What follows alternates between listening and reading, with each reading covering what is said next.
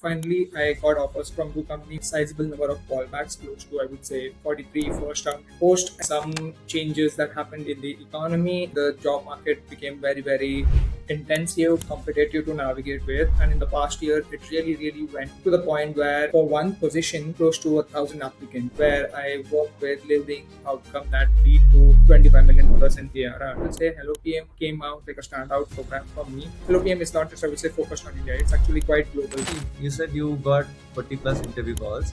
How many jobs did you apply? As you're already a product manager, can you tell me a bit about why HelloPM in this journey?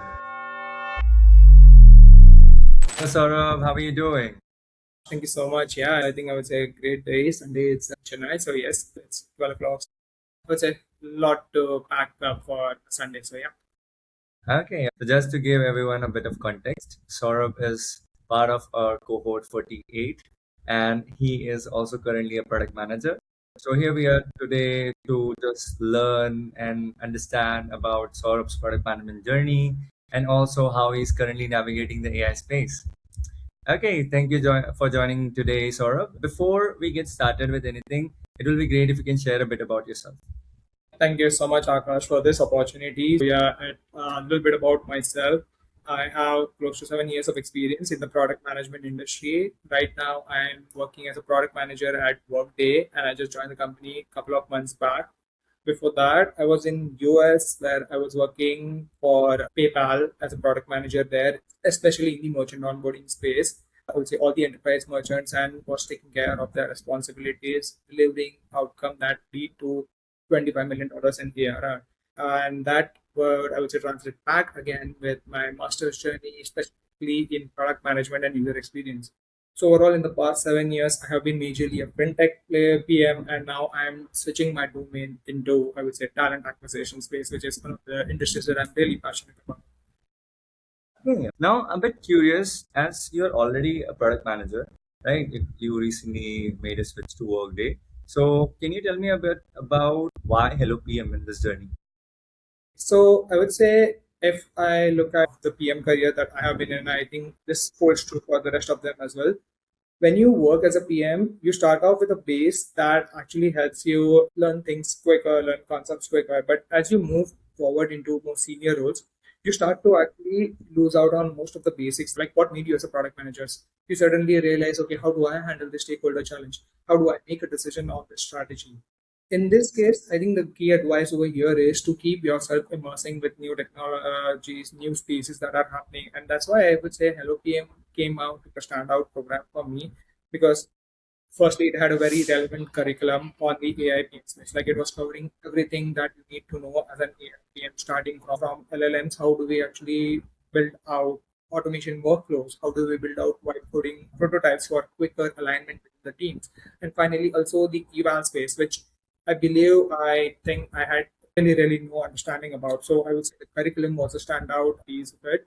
Second, definitely was the career opportunities. For example, I was someone who was navigating or transitioning from US to India. So for me, I would say it would really help for me to gain insight on how I can actually avail the career support in I would say because LOPM is not just I would say focused on India. It's actually quite global. We have in our cohort people from US, people from France, people from Philippines, as well as I heard I think someone is there from even one of the African countries as well. But that global exposure actually helps a person navigate how can you actually avail for career opportunities in this different region. So when I came back to India, I really wanted to first start off with India, but also think about how can actually grow from here.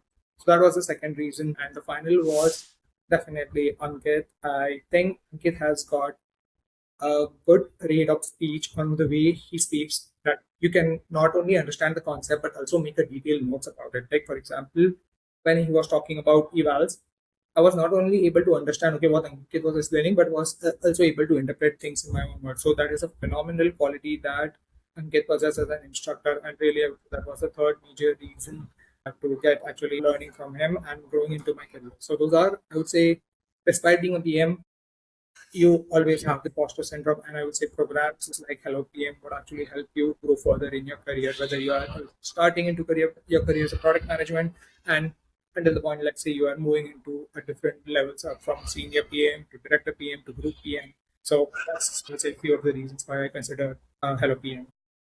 Now, you mentioned about a few areas here, and also there was one interesting thing that I would love to know a bit more about is that you were earlier working at PayPal and you were making transition, also not just in company, industry, but also country. So, can you tell me a bit about your journey of this transition? What all did you actually do with respect to job search? Let's start with that part. How did you approach this transition? So starting off with the job search, if you look at the past year in the job market post pandemic, we saw there was a huge boom of the jobs for the PMs, and we were seeing a lot more growth in the PM space. Post some changes that happened in the economy, the job market became very intensive, competitive to navigate with, and in the past year, it really went to the point where for one position you had close to 1,000 applicants, and that became super competitive.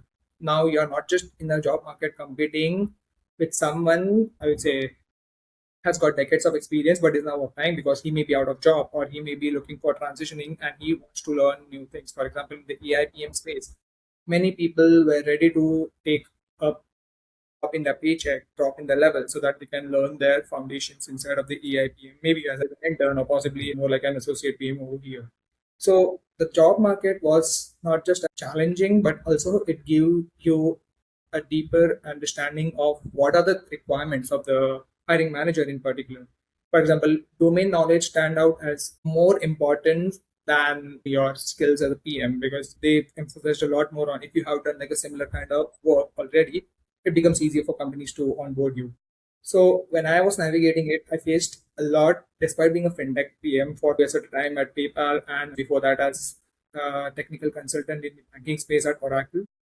I did find it difficult to break into the fintech space as well. And even though I got a sizable number of callbacks, close to 43, it was finally understanding what the hiring managers got and framing your narrative from your resume to your stories to, I would say, the different types of questions that are asked in the interview as per those specific industries. So you need to do, if you are applying for a job in 2026, I would say you need to do a thorough research on where I could actually fit into the skills, what are the common underlying themes, and prepare for it accordingly when you are applying for a job in 2026. So that was the key factor in getting two job offers that I had. I would say on callbacks. I would say this was still a number. This is coming from a person who has worked in major companies like PayPal, Oracle as well as Microsoft as well. So that was a key factor that I transitioned across the geographies as well. Got it. There's a perception, right? When someone works in companies like PayPal, Oracle, it might be easier to get interview calls. So I'm curious now, you said you got 40 plus interview calls. How many jobs did you apply? What was the funnel? So if I look at the serious numbers of the jobs that I applied to, it was more than 500 jobs as well. The number was close to hovering around 520 or something. These were the jobs that I was careful about, and I was thinking these are the jobs I would be good fit for. So maybe go ahead and apply for it. During this phase, I kept on changing, like modifying my resume to fit a certain job description better. I actually had a lot more eyes on my resume from my peers in my master's program, to people in my previous company, PayPal, as well, took a look at my resume and they suggested some modifications so that I could suit the market narrative of what a PM should have in 2025. And that, I would say, I had more than 520, I would say, applications across US, India, some other countries like in Dubai or UAE and Singapore and UK as well. So those were, I would say, how I was applying for jobs. It was. So out of these 40 plus screening calls that you got, how many did you actually reach to the last rounds and how many did you receive any offers for?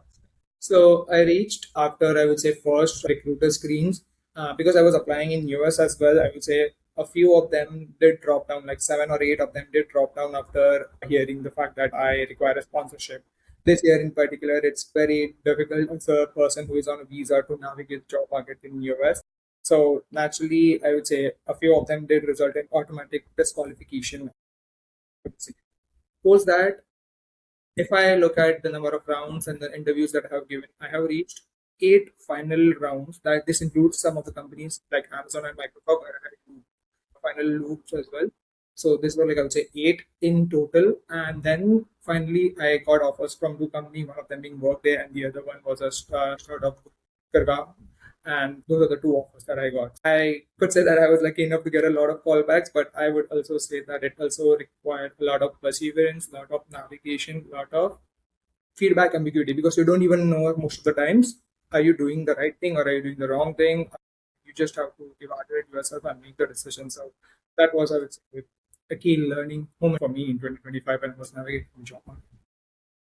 Got it. So were these interviews that you were getting only through resume like applications, or also you got some referrals, you did some cold reach outs? What were the factors that got you these interviews?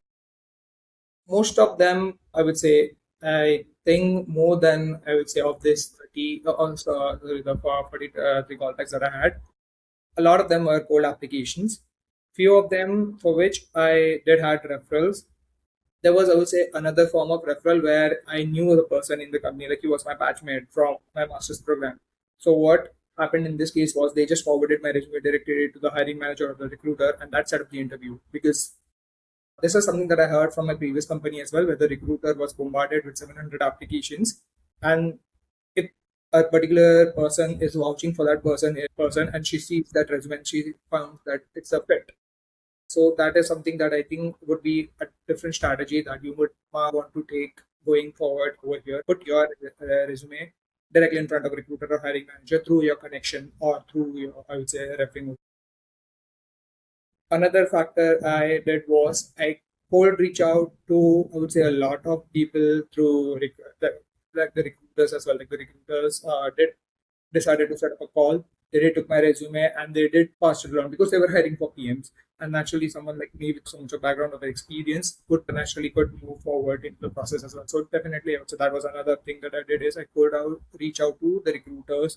You can use LinkedIn email. You can actually try to put a short note. So cold emails, it's zero or one. You either get the call or you either don't get the call. So that is actually something that you would need to factoring into the mind when you are applying with a cold emailing. So yes, a lot of them were cold applications. Few of them were referrals.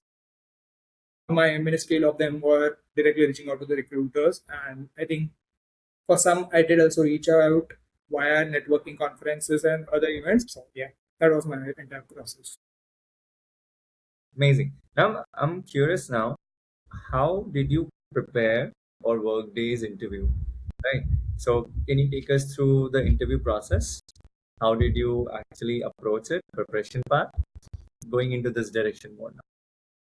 Got it. So for Workday, they naturally have three rounds of interviews. So for the first round, it's practically a mix of behavioral questions based on some of the principles that they have. You have Amazon's leadership principle. Workday has its own set of principles based on which they will be assessing you.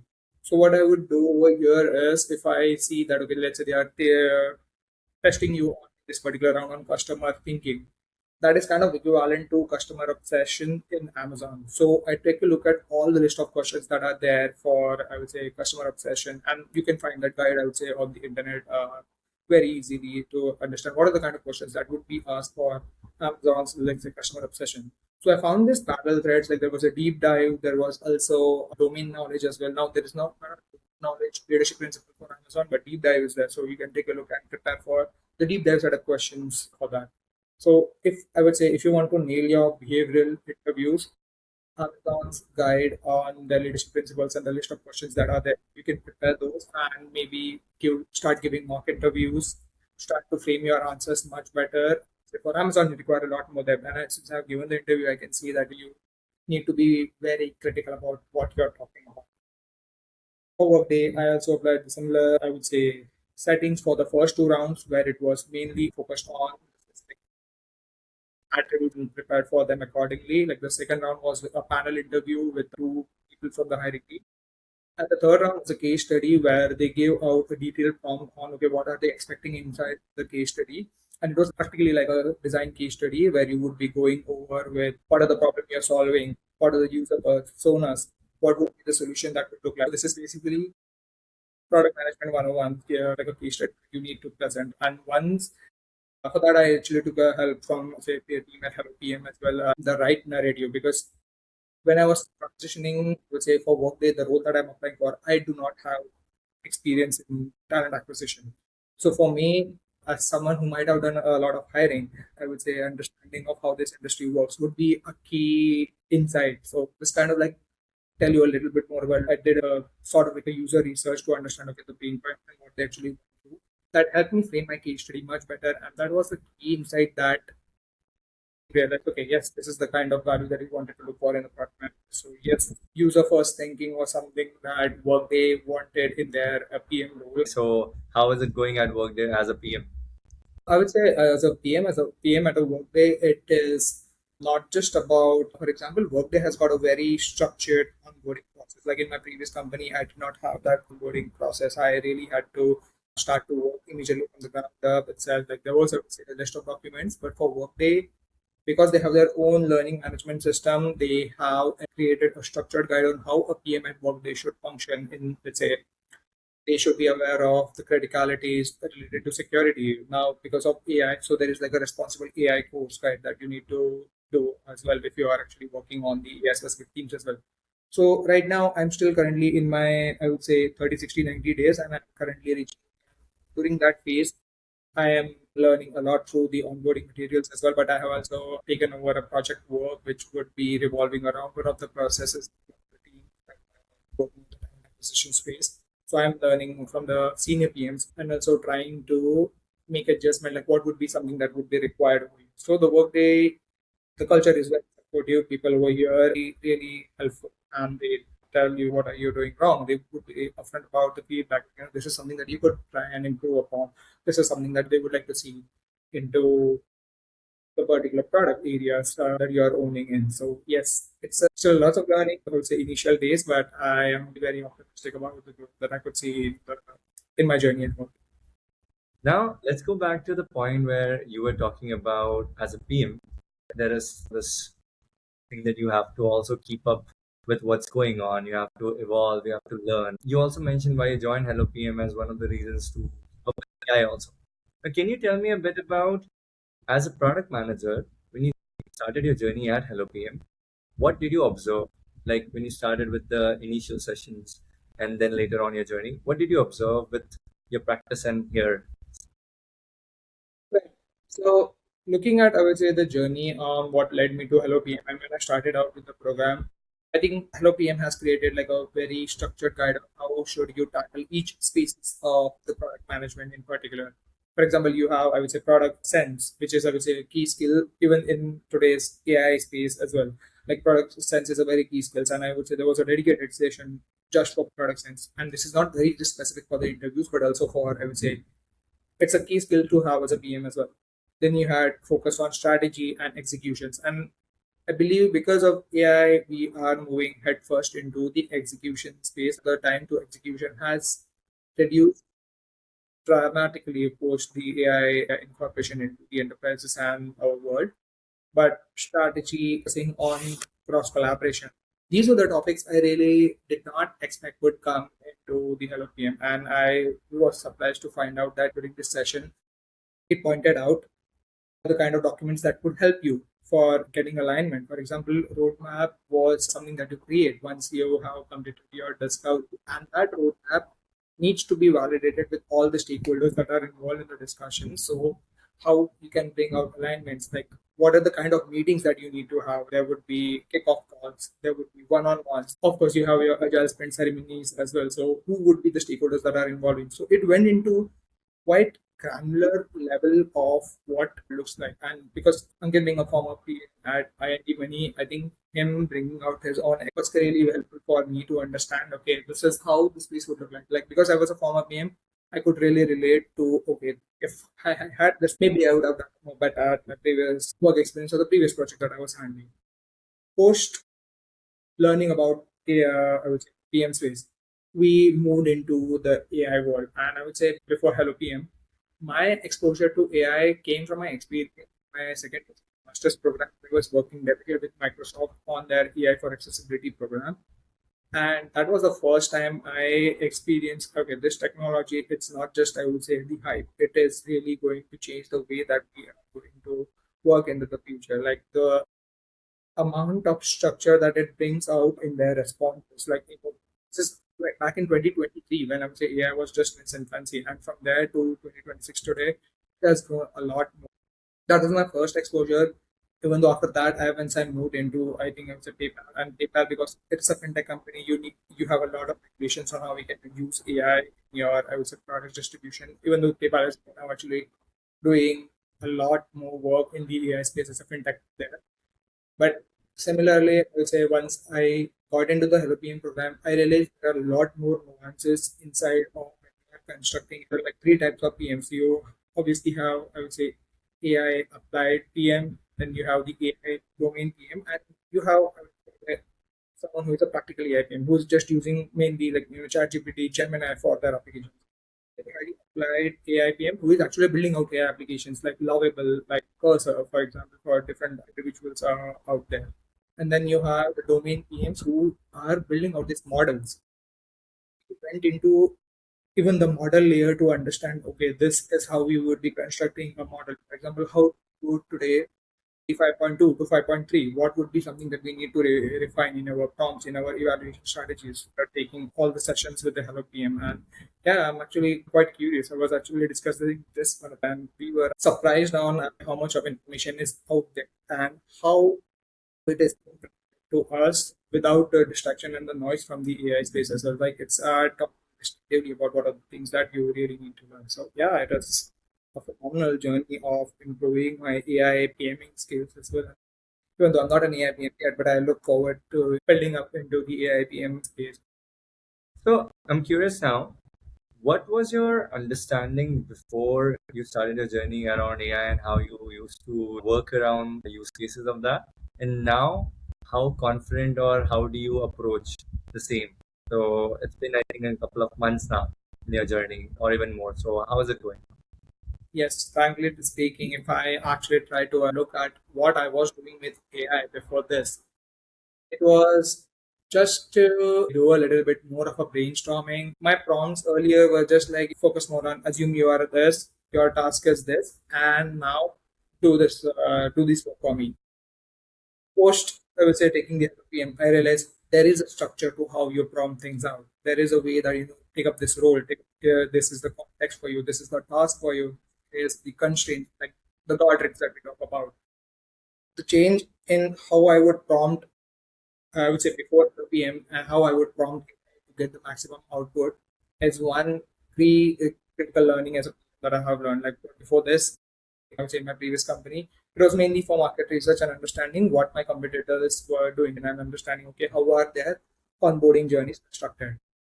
First, I would say this, it would be a lot more getting AI to find out what would be the actual problems that are happening in the onboarding journeys, where the services try. The way that I would do market analysis, the way I would do user research, and once I got the information from the users, how can I collate that information to find out the right points and the right problems that would help not just user delight, but also getting a business outcome. Like we as a PMs, we are not just I was focusing on user delight. We are also need to focus on the business outcome. So how would this translate into getting the user outcome?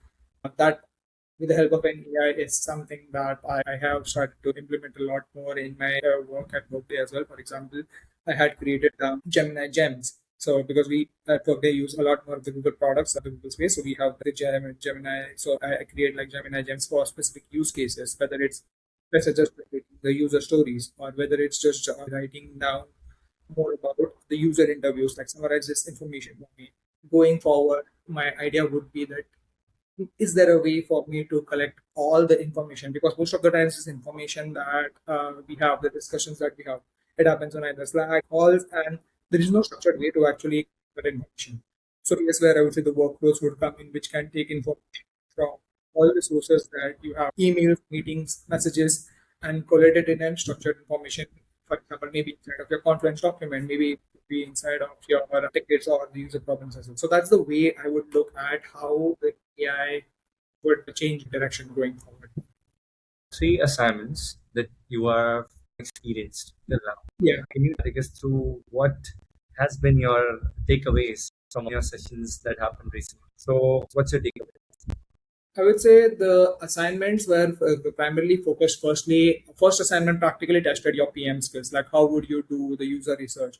How would you practically make sense of what is the right problem to solve for? How would you collect information to validate like the right problem that you're solving for?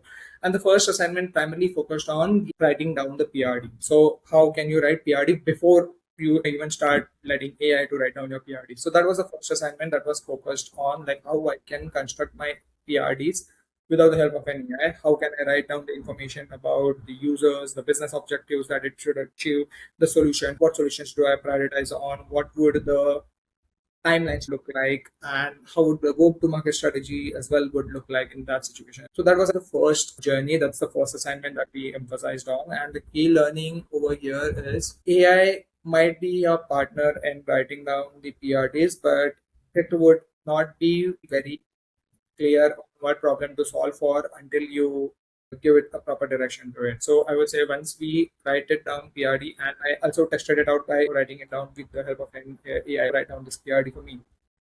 I could see the difference that what I wrote in the PRD and what AI was writing in the PRD, and that helped me realize, okay, if I had just started with an AI, I might not even would be solving the right problem. So that's also the first assignment that helped me understand the right problems to solve for and how we can actually write better PRDs for, I would say, the people to understand what are the values that we are bringing in. Second assignment over here, it focused more on, I would say, our vibe coding skills, which is more getting critical because earlier we used to have this studies which was helping us validating our use cases, our stories, and what are the business outcomes that we're generating for. Prototyping takes it one step further. You can actually build out what would the end product could look like. For example, I was working on mainly YouTube as a product, and I was focusing on building out AI search or AI verification search for YouTube. With the help of this, I built out the prototype. I could see that this information could actually be helpful for some of the users who are using YouTube as a source of information. And that was a key decision maker, like how you can actually accelerate the decision making with the help of white coding. So the second assignment emphasized that, and we had peer discussions over here, which also helped me understand that I might be solving the right problem, but I was not maybe possibly solving for the right audience. So yes, that was, I would say, the outcome of the second assignment, which is what problems would I would be solving. Now the third assignment, it is a mix of not just creating like an entire AI product or AI workflow, but also writing down the PRDs, including with the help evaluating the AI products with the help of an octopus framework, which is now a modification of the four key skills that Marty Kagan talked about: usability, desirability, feasibility. I think I'm forgetting one more, which is viability, business viable there as well. Now you have things to consider about users, business. The specifically, if I talk about the AI products, it is context, model intelligence, like what's the particular context that you would be giving for building out the AI product? What would the model, like which model would you select? What would be the evals that could come into the picture in this case? So this octopus framework is, I would say, a good starting point for you to evaluate whether the AI product that you're building is it meeting the right needs or not for the audiences and for the businesses that you're building out. So to wrap up your journey experience till now, could you please share like top three highlights that come to your mind? It would be challenging to just say top three. I would say this HelloPM journey. I think the first, I would say the major highlight of the HelloPM, and I think I wrote it down in the feedback form. It's like it's not the curriculum, it's not the instructor, but also the community that we built out. Like I am, I would say, blessed to have a good cohort in my cohort, and I was blessed to have, I would say, good peers with whom I could collaborate, whom I could learn and grow with. It's something that I wish every, I would say, programs, or I would say it doesn't feel like a program. We are more like in a college. We are studying with our peers and forming like a lifelong friendships over here. So that was, I would say, the key highlight. Second highlight is the learnings that I'm taking from this course. There is, I would say, a thing called as you can be a knowledge machine if you just take this program, but if you start applying to it, you are starting to even grow into your knowledge. Maybe you can actually understand that okay, these are not the things that actually work.